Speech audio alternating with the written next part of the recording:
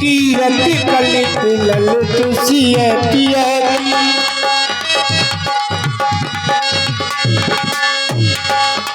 गावति ब्रह्मा मुनि नारद वाल्मीकि ज्ञान विशारद सुख सनिकादि से शारद बलनि पवन सुख तीरथ आरती श्री रामायण की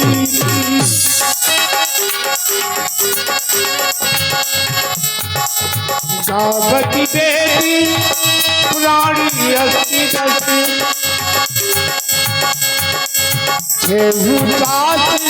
ग्रंथन को मुनि जन धन संतन को सर्वस्वी सारी अंत आरती श्री रामायण की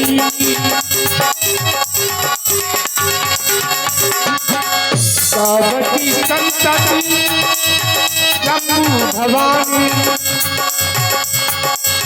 और घटी संभव मुनि विज्ञानी व्यासी आदि कपि बरति बखानी काव्य भूषण गरुण के हियति आरती श्री रामायण की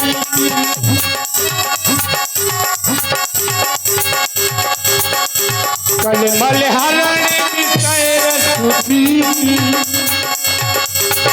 सुभगिस्नार मोक्ति जल निरोगी भव भूरि अमीति ताति माति सब विधि आरती श्री रामायण की कीरति कलित ललित आरती श्री रामायण की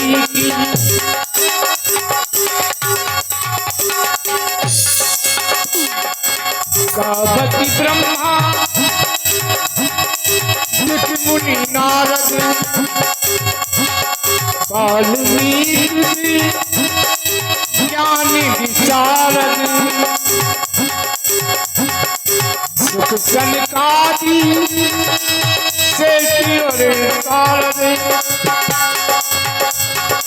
बलनि पवन सुख तीरथ आरती श्री रामायण की कीरति कलित ललित आरती श्री रामायण की आरती श्री रामायण की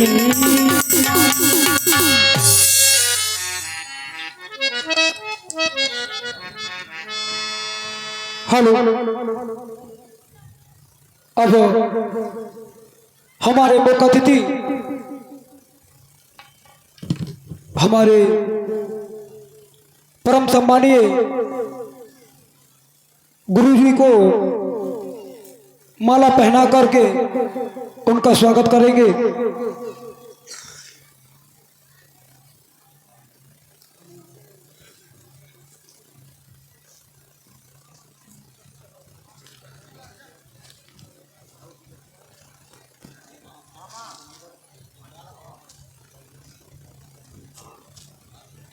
और नरेंद्र राजपूत, यदि आप यहाँ पर उपस्थित हो तो आप मंच पर आने का कष्ट करें। नरेंद्र राजपूत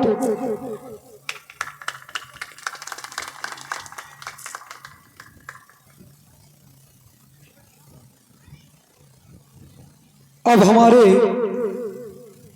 श्री साहब सिंह नन्ना हमारे मुख्य अतिथि जी का तिलक लगा करके सम्मान करें।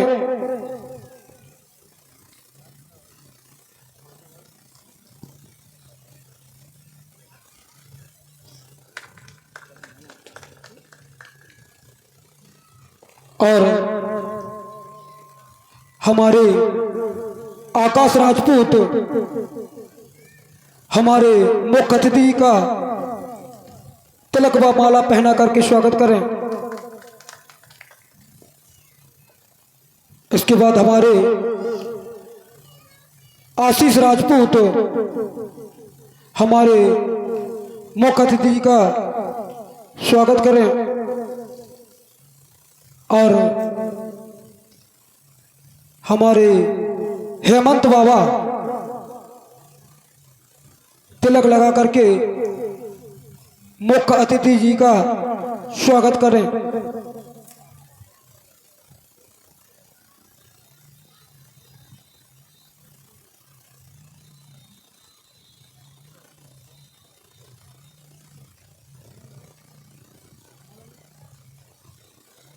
और इसी क्रम में हमारे प्रसन्न कुमार राजपूत तिलक लगा करके हमारे मुख्य अतिथि जी का सम्मान करें।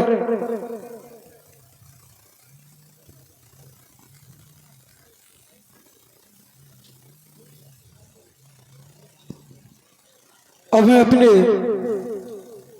मुख्य अतिथि हमारे परम सम्मानित श्री छत्रपाल सिंह राजपूत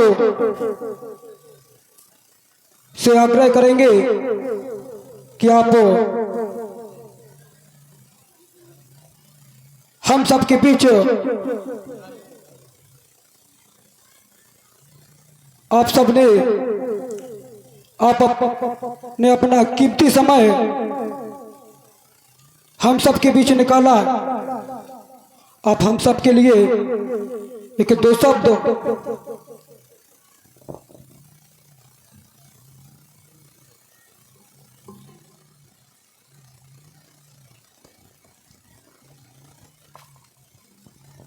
महाराज जी विराजमान हो जाए तो ठीक रहेगा। महाराज जी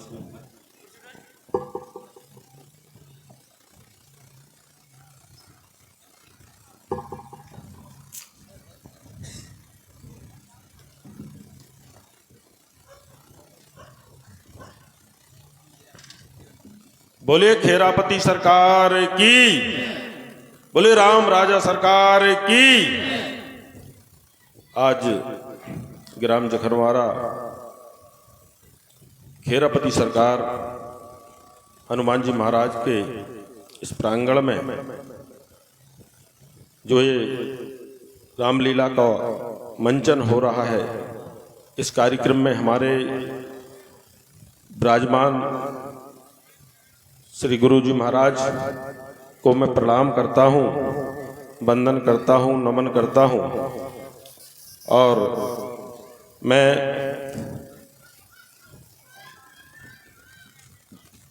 व्यास पीठ को नमन करता हूँ। हमारे बीच में हमारे ग्राम में उपस्थित हमारे सभी मंच पर मंचासीन युवा साथियों को मेरा प्रणाम। सामने प्रांगण में बैठे हमारे पिता तुल्य बुजुर्ग, हमारे हम उम्र साथी, हमारी माताएं, हमारी बहनें और हमारे बच्चे, सभी को मेरी ओर से कोटि कोटि प्रणाम। मुझे जानकारी हुई, मुझे फोन गया, सूचना मिली कि जखनवारा ग्राम में बहुत बड़ा खेरापति सरकार के प्रांगण में बहुत बड़ा कार्यक्रम हो रहा है और मुझे आमंत्रित किया। यहाँ के सभी युवा साथियों ने, मेरा परम सौभाग्य है, मेरा परम सौभाग्य है कि मुझे आप लोगों ने आमंत्रित किया और मुझे इस धर्म नगरी में उपस्थित होने का मौका मिला। मैं अपने आप को धन्य मानता हूँ। मैं आप लोगों से इतना निवेदन करना चाहता हूँ कि जो रामलीला का जो मंचन हो रहा है, रामलीला के मंचन में जो भी कलाकार मंचन कर रहे हैं उनको भी मैं प्रणाम करता हूँ। उन सबको मेरी ओर से कोटि कोटि प्रणाम। भगवान राम की लीला का ये मंचन जो हो रहा है, ये एक लीला, एक मात्र रामलीला, युगों युगों से रामलीला का मंचन हो रहा है। युगों युगों से राम की लीला का मंचन इस देश के कोने कोने के तमाम ग्रामों में जगह जगह ये लीला का मंचन होता है। और हम लोग जहां भी यज्ञ होता है, लीला का मंचन होता है, भागवत कथा होती है, लीला का मंचन होता है। और हमारे बहुत ही मंझे हुए कलाकार, अच्छे अच्छे कलाकारों के द्वारा भगवान प्रभु श्री राम, लक्ष्मण, सीता, भरत, शत्रुघ्न, विश्वामित्र, वशिष्ठ, तमाम जो किरदार हैं सबका जो है किरदार निभाते हैं। ये हम लोग देखते हैं, वर्षों से रामलीला देखते चले आ रहे हैं, लेकिन सही मायने में अगर लीला का मंचन देखने के बाद, रामलीला को देखने के बाद अगर हमने अपने जीवन में रामलीला को नहीं उतारा, राम के चरित्र को नहीं उतारा, तो हमारे रामलीला देखने का कोई मतलब नहीं, कोई अर्थ नहीं। रामलीला, हमको राम को समझने की आवश्यकता है। राम कैसे राम बने, राम क्या है, हमको राम को समझने की आवश्यकता है। राम कोई एक छोटा मोटा किरदार नहीं है, राम इस देश की आत्मा है, राम ही पूरा विश्व है, राम ही जगत है, राम ही जगत पिता है। तो मैं आप लोगों से, राम ही ईश्वर है, ईश्वर ही राम है। राम को समझने की आवश्यकता, और राम के चरित्र को समझने की आवश्यकता है। राम का जो जीवन का चरित्र है, अगर उनके पूरे चरित्र को हमने अपने जीवन में उतार लिया तो निश्चित तौर पर हमारी आपकी जीवन की यात्रा सफल हो जाएगी। क्योंकि राम के चरित्र के बारे में, राम प्रभु हैं, राम अवतारी थे, राम ईश्वर हैं, इसके बावजूद भी मर्यादा में रहकर लीला की, बन बन भटके रोए, गाय कांटे सहे, पीड़ा सही, दुख सहा। अगर चाहते, वो तो ईश्वर थे, कभी भी कुछ भी कर सकते थे, लेकिन नहीं, मर्यादा में रहकर उन्होंने जो लीला दिखाई है, वो लीला दिखाने का मतलब ही यही था। आने वाले समय में इस धरती पर जितने भी हमारे प्रांत हैं, जगह जगह लोग, मनुष्य जहां जहां रहते हैं और रहेंगे, उनको अपने जीवन में कैसे अब जीवन में संघर्ष करना है। भगवान राम ने जो संघर्ष किया है, बहुत उनके बारे में चिंतन करके देखिए। भगवान राम के जन्म से लेकर, भगवान राम का जन्म हुआ, मर्यादा में रहकर उन्होंने जो लीलाएं की, उनका जो, अगर वो चाहते, भगवान राम का अभिषेक होने वाला था, भगवान राम का अभिषेक होने वाला था। शाम को एक दिन पहले पूरी सभा बुलाई गई, भगवान राम का अभिषेक होना है, सुबह अभिषेक होना है। और शाम को जब मंदोदरी, कैकेयी जो उनकी पत्नी थी, तीसरी वाली रानी, वो मंथरा के कहने पर उनका आपस में बैठ के विचार हुआ कि सुबह श्री राम का राज तिलक हो जाएगा तो तुम्हारे पुत्र भरत को राज तिलक नहीं हो पाएगा, तुम्हारा जो वरदान अधूरा पड़ा है उसको मांग लो। तो उन्होंने वरदान मांगा, भगवान राम का सुबह राज तिलक होना है। दशरथ जी ने वचन दे दिया, दशरथ जी से मांगा वरदान, उन्होंने वचन दे दिया। रघुकुल रीत सदा चली आई, प्राण जाए पर वचन नहीं जाए। जबकि प्रभु राम को बहुत ज्यादा चाहते थे दशरथ जी, लेकिन उन्होंने जब शाम को उन्होंने कह दिया कि सुबह वनवास जाना है, तो भगवान राम का सुबह राज तिलक होना है और शाम को उनसे कह दिया जाए कि तुम्हें अब सुबह राज तिलक नहीं होगा, तुम्हें वनवास जाना है। तो भगवान राम का चरित्र का चिंतन करिए। भगवान राम ने अपने पिताजी के वचन की लाज को रखने के लिए अपना राजपाट सिंहासन छोड़कर और वन को चले जाते हैं। ऐसे थे हमारे राम, ऐसे थे हमारे प्रभु राम। इतना बड़ा सिंहासन छोड़ दिया। अभी इस जमाने में अगर कहा जाए तो लाठी लेके खड़े हो जाएंगे, लाठियां तन जाती, तलवारें तन जाती हैं, युद्ध होने लगता है, भाइयों भाइयों में युद्ध होने लगता है। लेकिन भगवान राम ने पूरा राजपाट छोड़ दिया। अब आगे देखिए आप, इसके बाद उनके भाइयों का प्रेम, आपको भगवान राम से सब कुछ सीखने को मिलेगा। भाई का कर्तव्य, पत्नी का कर्तव्य, पिता का कर्तव्य, वो भगवान राम का एक जीवन पूरा चरित्र है हमारे आपके लिए। अब उनके भाई को देखिए, जब पता चला भगवान राम को वनवास हो गया तो भरत जी, लक्ष्मण जी सब चिंतित हो गए। उन्होंने कहा हम साथ चलेंगे, हम साथ चलेंगे। भगवान ने मना किया, लेकिन लक्ष्मण जी नहीं माने और लक्ष्मण जी साथ चलने को तैयार हो गए।